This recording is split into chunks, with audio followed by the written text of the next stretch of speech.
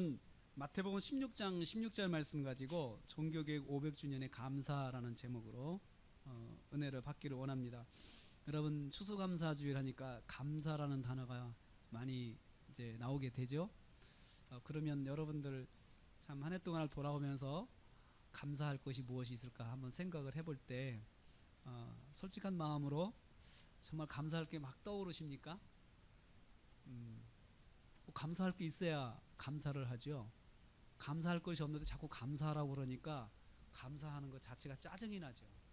뭘 도대체 감사해야 돼? 내가 뭐 1년 동안 돌아오면 되는 일이 뭐 없었는데 되는 일이 뭐 제대로 있어야 감사를 하지. 그리고 또 생각해 보면 또 여러 가지 주변의 상황들이 뭐 감사할 게 많지도 않은 것 같아요. 뭐 사건 사고도 많았고요. 또 최근엔 지진도 났고요. 또 고3 아이들 시험이 일주일 연기됐는데 연기된 애들한테 감사해봐라 그러면 지금 뭐 놀리냐 이렇게 이야기도 할 수 있을 것 같아요. 시험이 연기돼 가지고 많이 아이들이 당황하고 또 준비를 다 했던 아이들이 굉장히 불평을 하고 짜증을 낸다는 이야기를 들었습니다. 그 지역에 있는 사람들을 위해서는 연기하는 것이 옳지만 많은 사람들이 거기에 희생을 하는 것이 마음이 많이 힘들고 불편하고 그렇다는 이야기를 많이 들었습니다. 우리 성도들한테는 성경에서 흔히 말을 많이 하는 게 감사라는 말을 참 많이 합니다. 그래도 감사하세요. 그래도 감사하세요. 그런 말을 많이 합니다. 저는 이 종교개혁 500주년을 맞이한 금년에 추수감사주의를 맞이하면서 이런 생각을 해봤습니다. 종교개혁을 한 지가 딱 500년이 됐는데 딱 500년의 추수감사주일에 우리가 어떤 감사를 하는 것이 정말 하나님께서 기뻐하시는 것일까? 하나님께 내가 무슨 감사를 드려야 될까라는 생각을 좀 고민을 해봤습니다. 한 달 전부터 그런 고민을 해봤어요. 그리고 목사님들 모여서 같이 성경 공부하면서도 추수감사주일날 여러분 이번에 참 무슨 감사가 필요할까요? 우리는 어떤 감사를 해야 될까요? 라고 저는 이제 목사님들에게도 그런 질문을 했습니다. 우리가 교회 가서 성도들한테 이런 감사를 하자라고 한다면 어떤 감사가 하나님 보시기에 가장 좋을까요?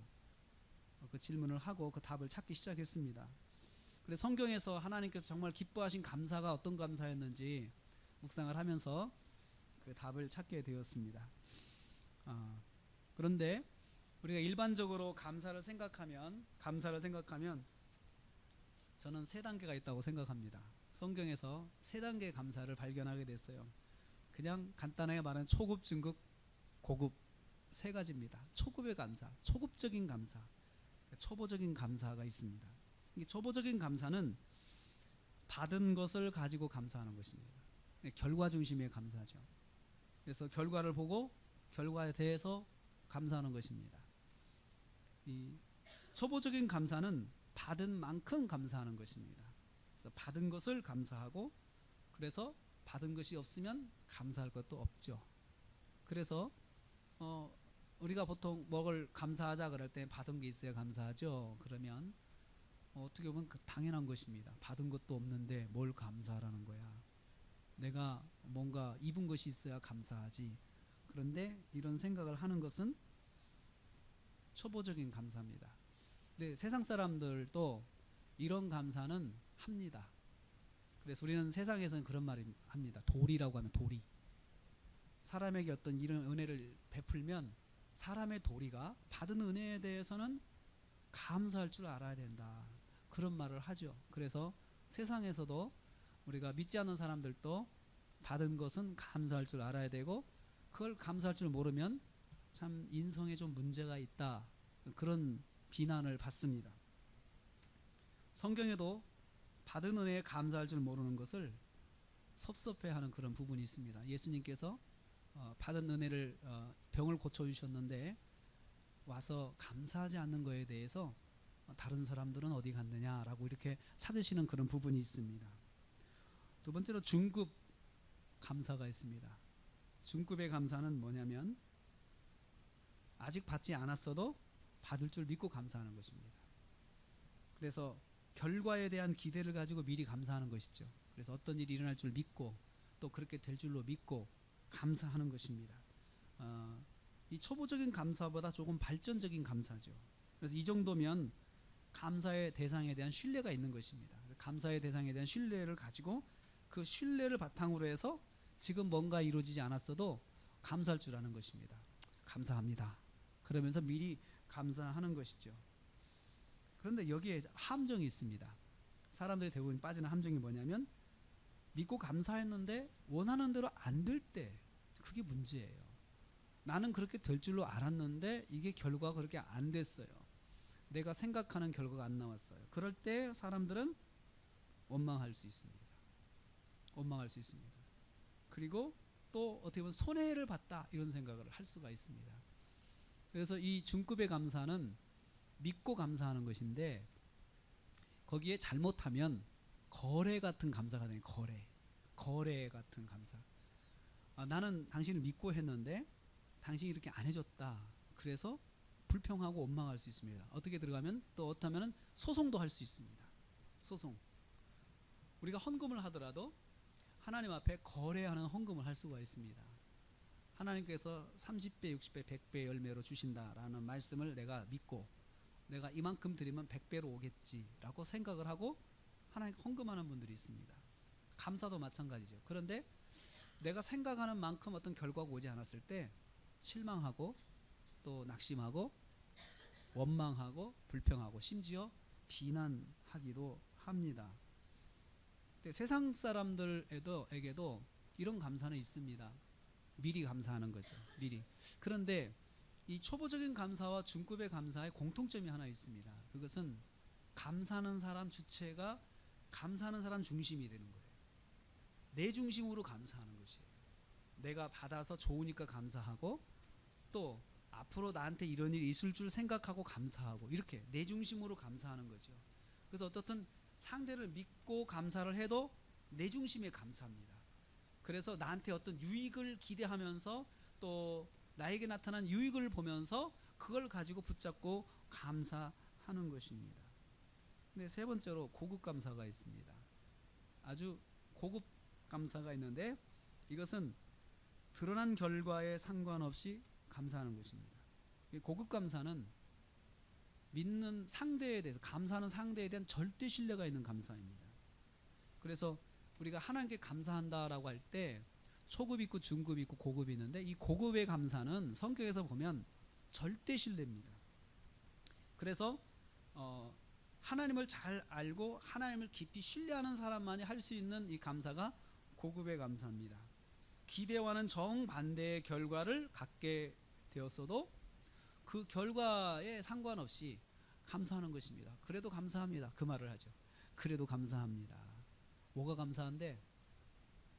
나는 그래도 감사해. 뭐가? 그래도 하나님이 거기에 대해서 이 일에 대해서 인지하고 계시고 또 이것을 통해서 나한테 좋은 것들을 더 허락해 주실 것을 생각하고 감사해. 이렇게 말하면 안 믿는 사람들은 좀 미쳤다고 그러죠. 좀 이상한 것 같아.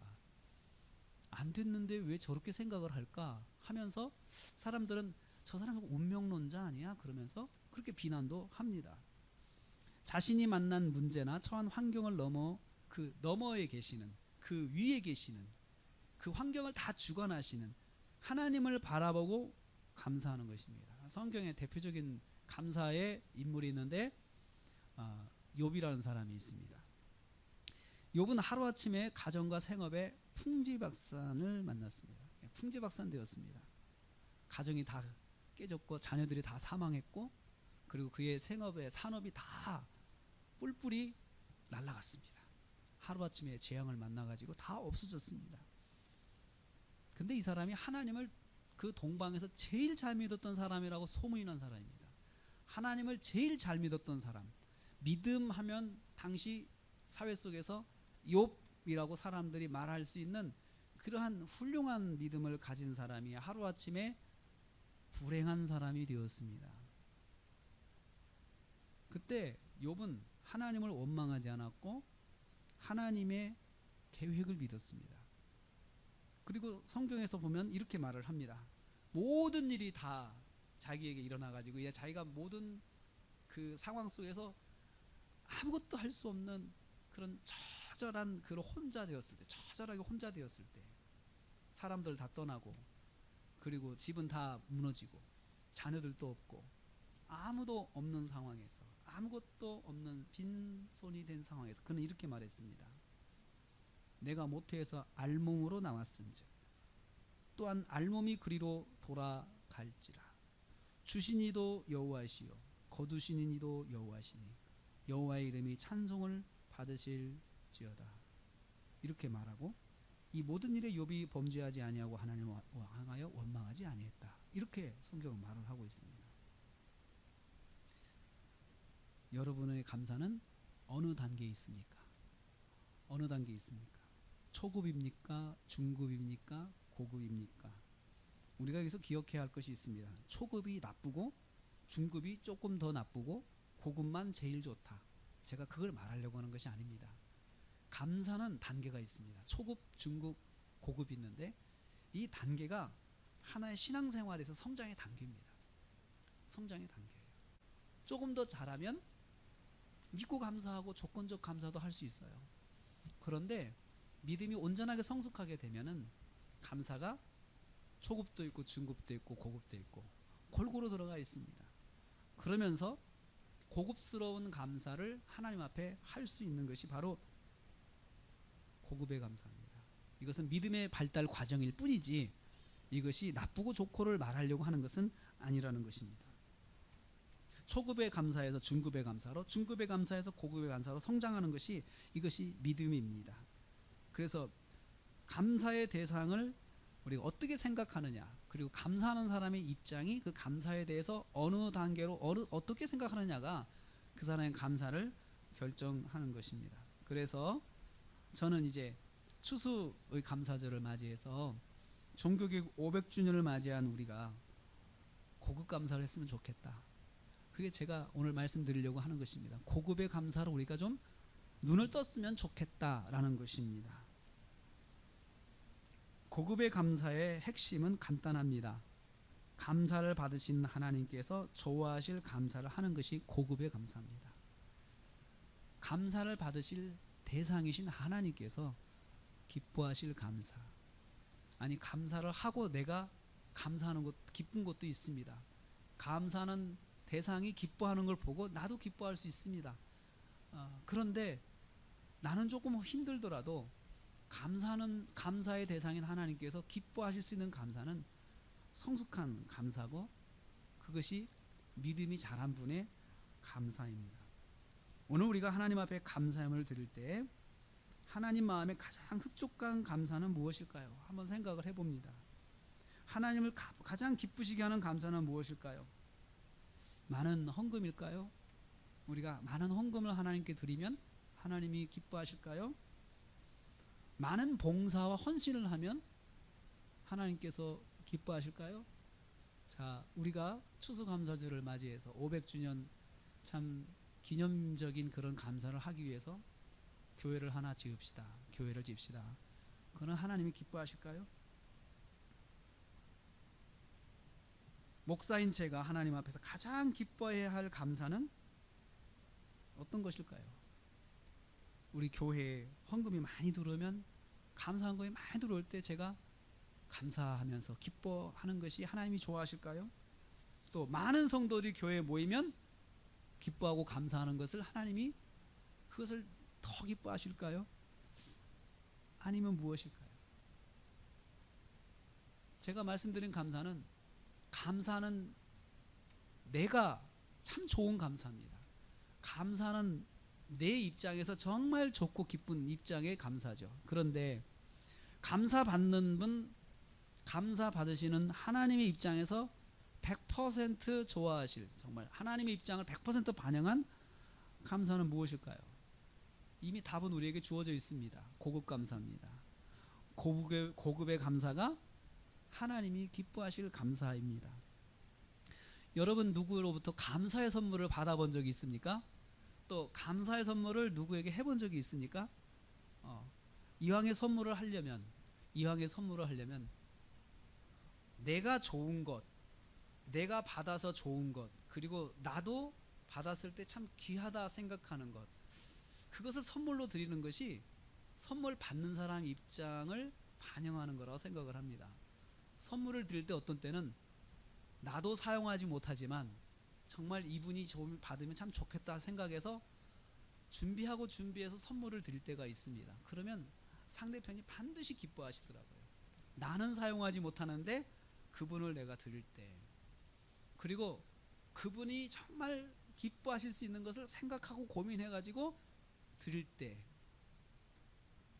상대가 굉장히 좋아하는 것을 봅니다. 그리고 나도 만족스럽습니다. 우리가 감사하는 입장에서 내가 또 받기 위해서 감사하는 것이 아니고 하나님께서 받으시고 온전히 하나님만 기뻐하실 감사, 그것이 우리에게 필요합니다. 현재 우리의 상황을 생각하면서 어떤 감사가 하나님께서 받으실 감사가 될까, 기뻐하실 감사가 될까 한번 깊이 생각해 보았습니다. 다윗은 성경에 보면 이런 고민을 했어요. 하나님께 무엇을 감사할지 고민한 다윗의 그런 글이, 그 시가 시편 116편 12절에 나와 있습니다. 이렇게 말합니다. 내게 주신 모든 은혜를 내가 여호와께 무엇으로 보답할까? 무엇으로 보답할까? 우리가 한 번이라도 신앙생활하면서 하나님께서 내게 주신 은혜를 내가 어떻게 보답하지? 뭘로 보답하지? 혹시 여러분 자녀들이 자라가지고, 여러분의 자녀들이 자라가지고 내가 어머니 아버지께 큰 은혜를 입었는데 내가 어떻게 보답을 해야 할까요? 그러면 감동이 되겠죠. 만약에 자녀들이 그런 말을 한다고 그러면 참 그 자녀는 잘 자란 거예요. 내가 하나님께 무슨 은혜로 보답할까? 이렇게 말하면 믿음이 제대로 또 자란 것이고요. 받은 은혜를 우리가 어떻게 보답할까? 오늘 우리는 무엇으로 하나님의 은혜에 보답할까? 한번 생각해 보기를 원합니다. 그것을 하려면 시대적으로 배경이 시대적인 상황 속에서 적절해야 된다 저는 생각을 해요. 우리 이 시대의 하나님 앞에 어떻게 감사해야 될까요? 100년 전의 감사와 지금의 감사는 조금 차원이 다르다고 생각합니다. 100년 전에 한국 교회는 참 여기저기서 교회가 막 일어났습니다. 부흥의 불길이 일어났었습니다. 그때 감사하는 것과 지금 현재 감사하는 것은 다르다고 생각합니다.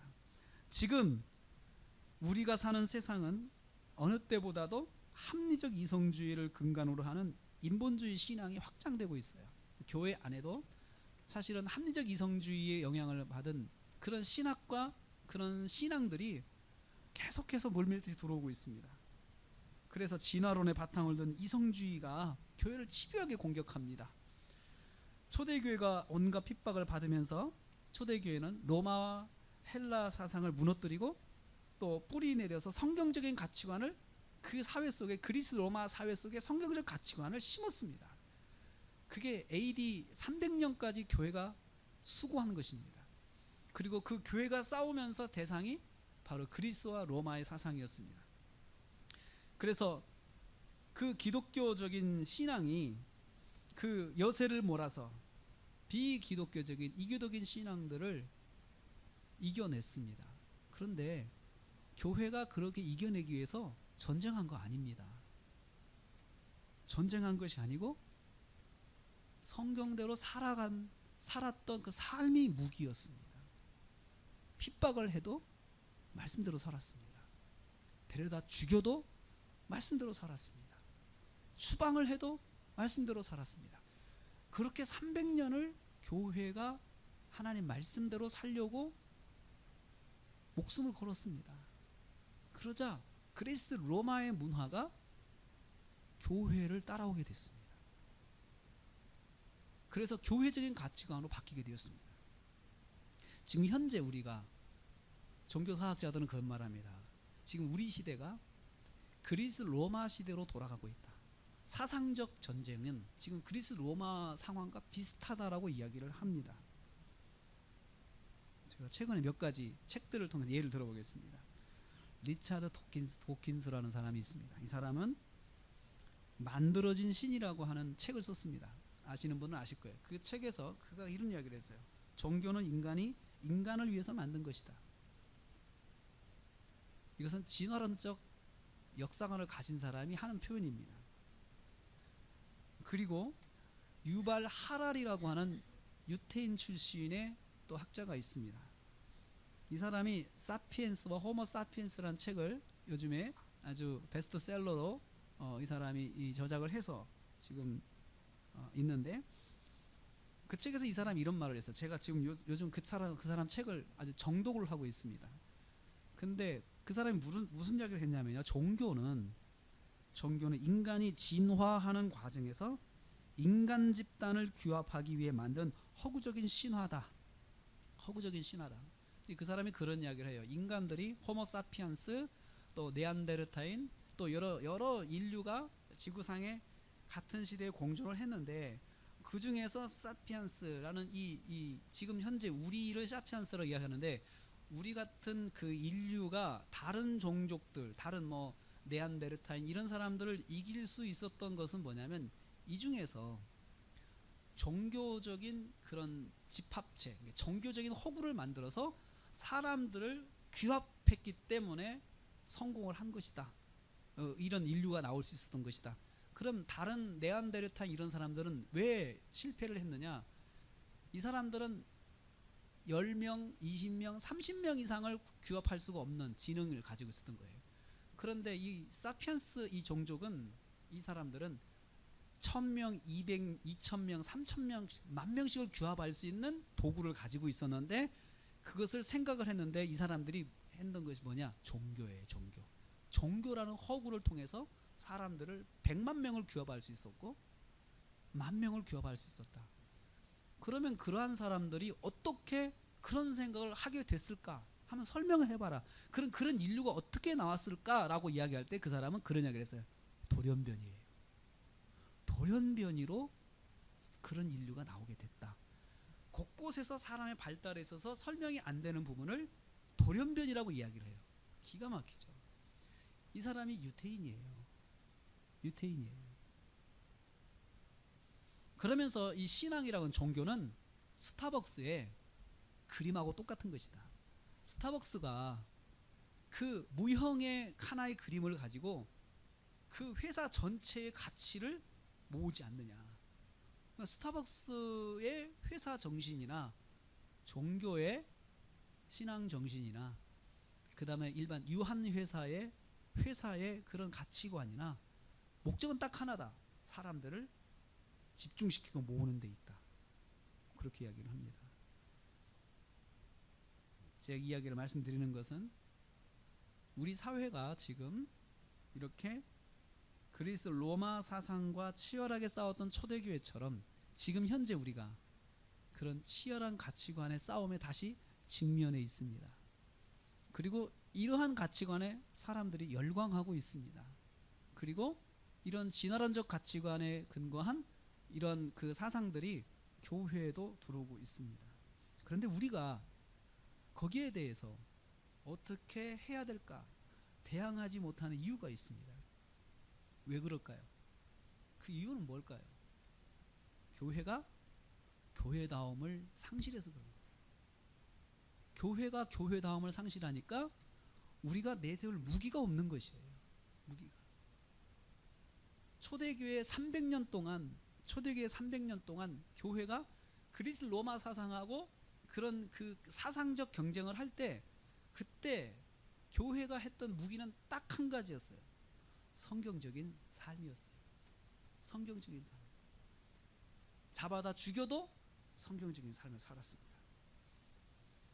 그 성경적인 삶을 가지고 그들은 사회 전체의 변혁을 가져왔습니다. 당시 사람들은 일부 닫혀져 살았습니다. 부인을 많이 데리고 살았습니다.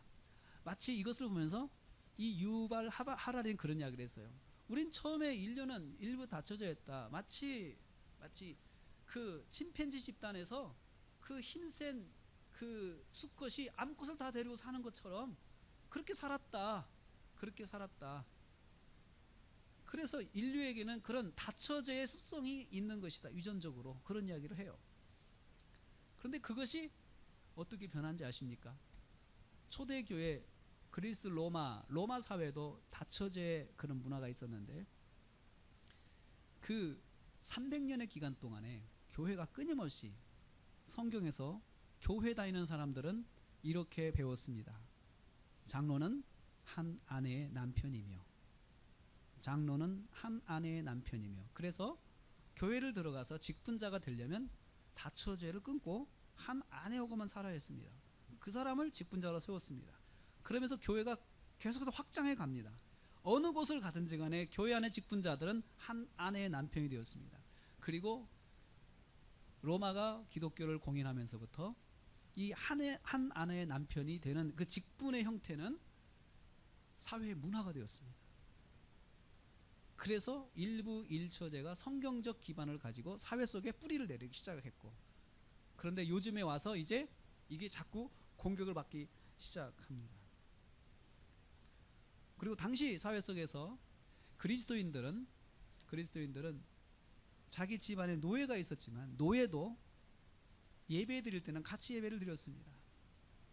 그러면서 그 예배 드리는 주인과 노예에게 성경이 그렇게 가르쳤습니다. 맡은 자에 구할 것은 충성이라. 노예가 그렇게 가르쳤어요. 그리고 주인한테는 그렇게 말했습니다. 부당하게 자기 종을 대하지 말라. 그렇게 가르쳤어요. 그래서 성경에서 비록 노예제는 폐하지 못했지만 부당하게 인권을 유린하거나 그러한 것을 성경에서 금했습니다. 그래서 그 사람들에게 주중에서의 자기 노예와의 삶을 아주 평안하게, 그리고 노예도 자기 주인을 잘 섬기도록 성경이 계속해서 가르쳤습니다. 자, 여기서 제가 말씀드리려고 하는 것은 그 초대교회 공동체에서 교회가 교회다울 수 있었던 것은 무엇이 무기였습니까? 성경이에요. 하나님 말씀대로 하는 것이었어요. 하나님 말씀대로 하는 것이 가장 큰 무기였습니다. 그런데 지금 우리 사회가 현재 다시 이 사상의 싸움에서 이기려면 어떻게 해야 될까요? 어떻게 해야 될까요? 말씀대로 가르치고 말씀대로 행하도록 성도들을 독려하는 것입니다. 초대교회는 오직 성경 말씀대로 가르치고 성도들이 성경 말씀대로 순종하며 살아가는 것을 무기로 하였습니다. 성경을 근거로 한 바른 신앙을 생활 속에 적용하도록 가르쳤고, 온갖 핍박에도 성경의 근거 믿음 생활로 영향력을 미치는 삶을 살도록 성도들을 격려했습니다. 감옥에 들어간 성도에게도 가서 칭찬을 했습니다. 잘하셨습니다. 그것이 덕목이었습니다.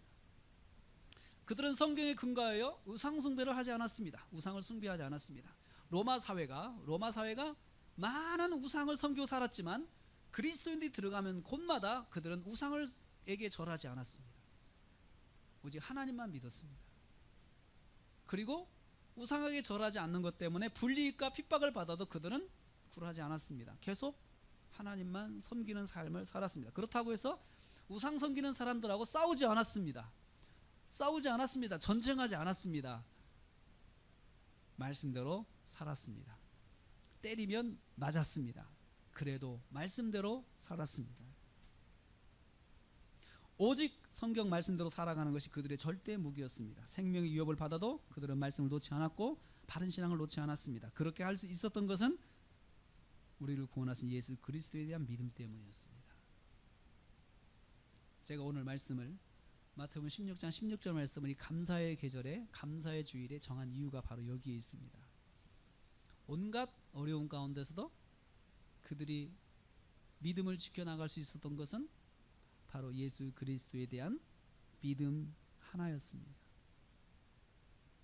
그 믿음이 무엇입니까? 오늘 16장 16절에 시몬 베드로가 대답하여 이르되 주는 그리스도시요 살아계신 하나님의 아들이십니다. 이 신앙 고백은 당시 로마 신전이 거리 곳곳에 세워져 있던 가이사 빌립보라고 하는 곳에서 예수님께서 받으신 고백입니다. 팔레스틴에 가면 가이사 빌립보라는 데가 있습니다. 가이사 빌립보라는 지역이 있는데 그 가이사 빌립보는 그 빌립이라고 하는 헤롯이